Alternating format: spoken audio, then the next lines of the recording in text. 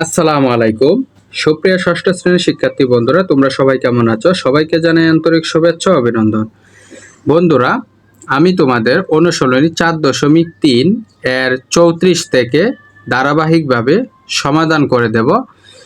34-এ বলা আছে 4x² + 3y² + z থেকে -2y² + 3x² - z বিয়োগ করো। চলো ধারাবাহিকভাবে সাজিয়ে লিখি। 4x² + 3y² + z।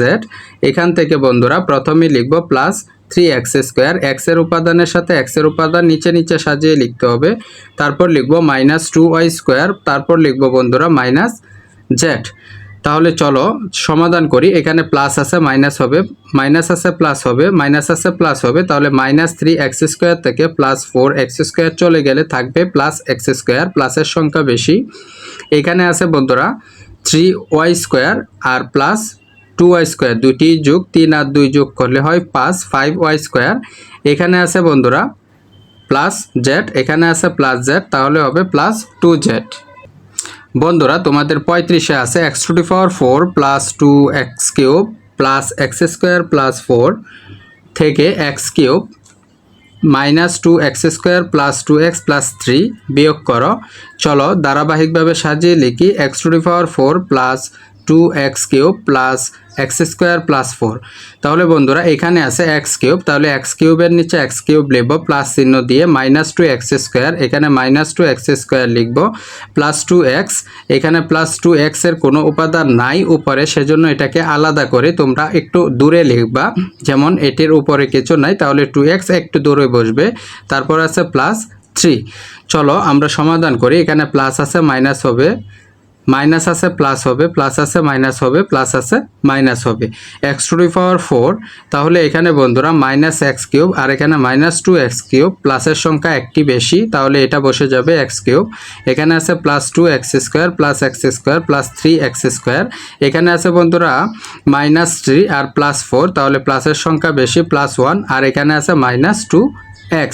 বন্ধুরা এটা কি সাজিয়ে লিখে উত্তর দিতে হবে। যেমন x⁴ x³ + 3x² - 2x + 1।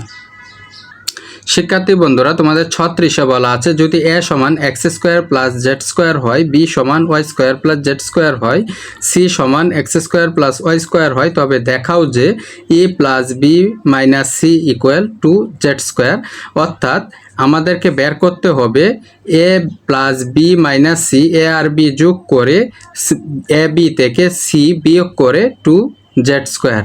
চলো সমাধান করি। দেওয়া আছে বন্ধুরা a = x² + z², b = y² z², c = x² y²। তাহলে আমরা এটি ধারাবাহিকভাবে সমাধান করব। প্রথমে লেফট হ্যান্ড সাইড অর্থাৎ বাম পক্ষ দিব। বাম পক্ষ হচ্ছে a + b - c। তাহলে আমরা এর উপাদানগুলো লিখলাম। a সমান দেওয়া আছে x² + z², এখানে মাঝখানে প্লাস চিহ্ন আছে, এটা এখানে লিখব। তারপর বন্ধুরা b এর উপাদান লিখব, b আছে y² + z², তারপর মাইনাস আছে, মাইনাস চিহ্নটা এখানে লিখতে হবে। তারপরে আছে বন্ধুরা সির উপাদান x² + y²। তোমরা একটু লক্ষ্য করো, এখানে কিন্তু ব্র্যাকেট ওঠানোর জন্য আমাদের চিহ্ন দ্বারা প্রত্যেকটা সংখ্যাকে গুণ করতে হবে। যেমন এখানে প্লাস আছে, প্লাস দ্বারা যদি গুণ করি, প্লাস দ্বারা তোমরা মনে রাখবা প্লাস দ্বারা গুণ করলে চিহ্নের কোনো পরিবর্তন হয় না।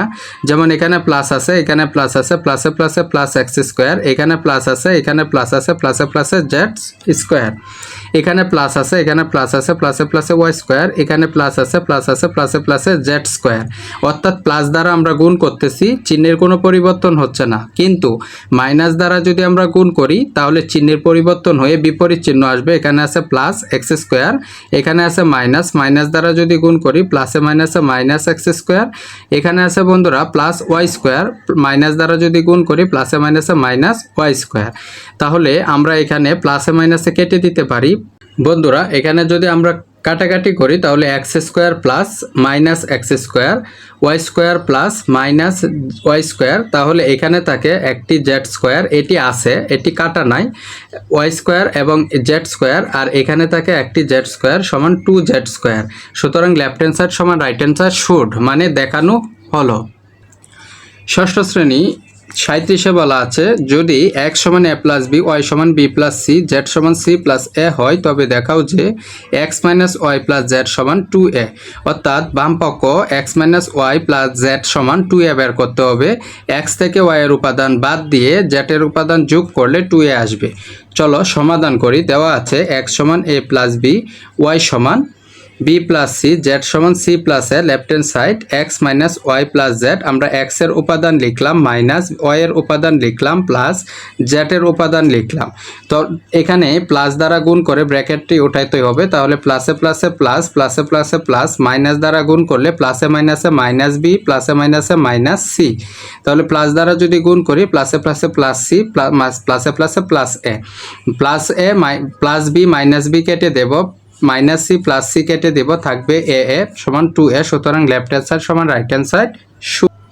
ষষ্ঠ শ্রেণী 38 নম্বরে বলা আছে যদি x সমান a plus b plus c হয়, y সমান a minus b minus c হয়, z সমান b minus c plus a হয় তবে দেখাও যে x minus y plus z সমান a plus 3b plus c। অর্থাৎ x এর উপাদান থেকে y এর উপাদান বাদ দিলে z এর উপাদান যোগ করলে এটা উত্তর চলে আসবে। এটা হচ্ছে আমাদের আনসার। কাঙ্ক্ষিত উত্তর হচ্ছে বন্ধুরা এটি। তাহলে আমরা দেখাবো সমাধান। দেওয়া আছে x এর উপাদান এত, y এর উপাদান a minus b minus c, z এর উপাদান b minus c plus a। তাহলে লেফট হ্যান্ড সাইড বাম পক্ষ x minus y plus z, x এর উপাদান লিখলাম, y এর উপাদান লিখলাম এবং z এর উপাদান লিখলাম। বন্ধুরা এখন ব্র্যাকেট উঠাতে হবে, এখানে প্লাস চিহ্ন আছে, প্লাস দিয়ে গুণ করলে মানের কোনো চিহ্নের কোনো পরিবর্তন হবে না, সেজন্য এটা বসে যাবে। এখানে মাইনাস আছে, এটা একটু খেয়াল করো। মাইনাস দ্বারা প্লাস একে গুণ করে প্লাসে মাইনাসে মাইনাসে, প্লাসে মাইনাসে মাইনাসে মাইনাসে প্লাস বি, মাইনাসে মাইনাসে প্লাস সি। এখানে আছে বন্ধুরা প্লাস বি, প্লাসে মাইনাসে মাইনাস সি, প্লাসে প্লাসে প্লাস এ।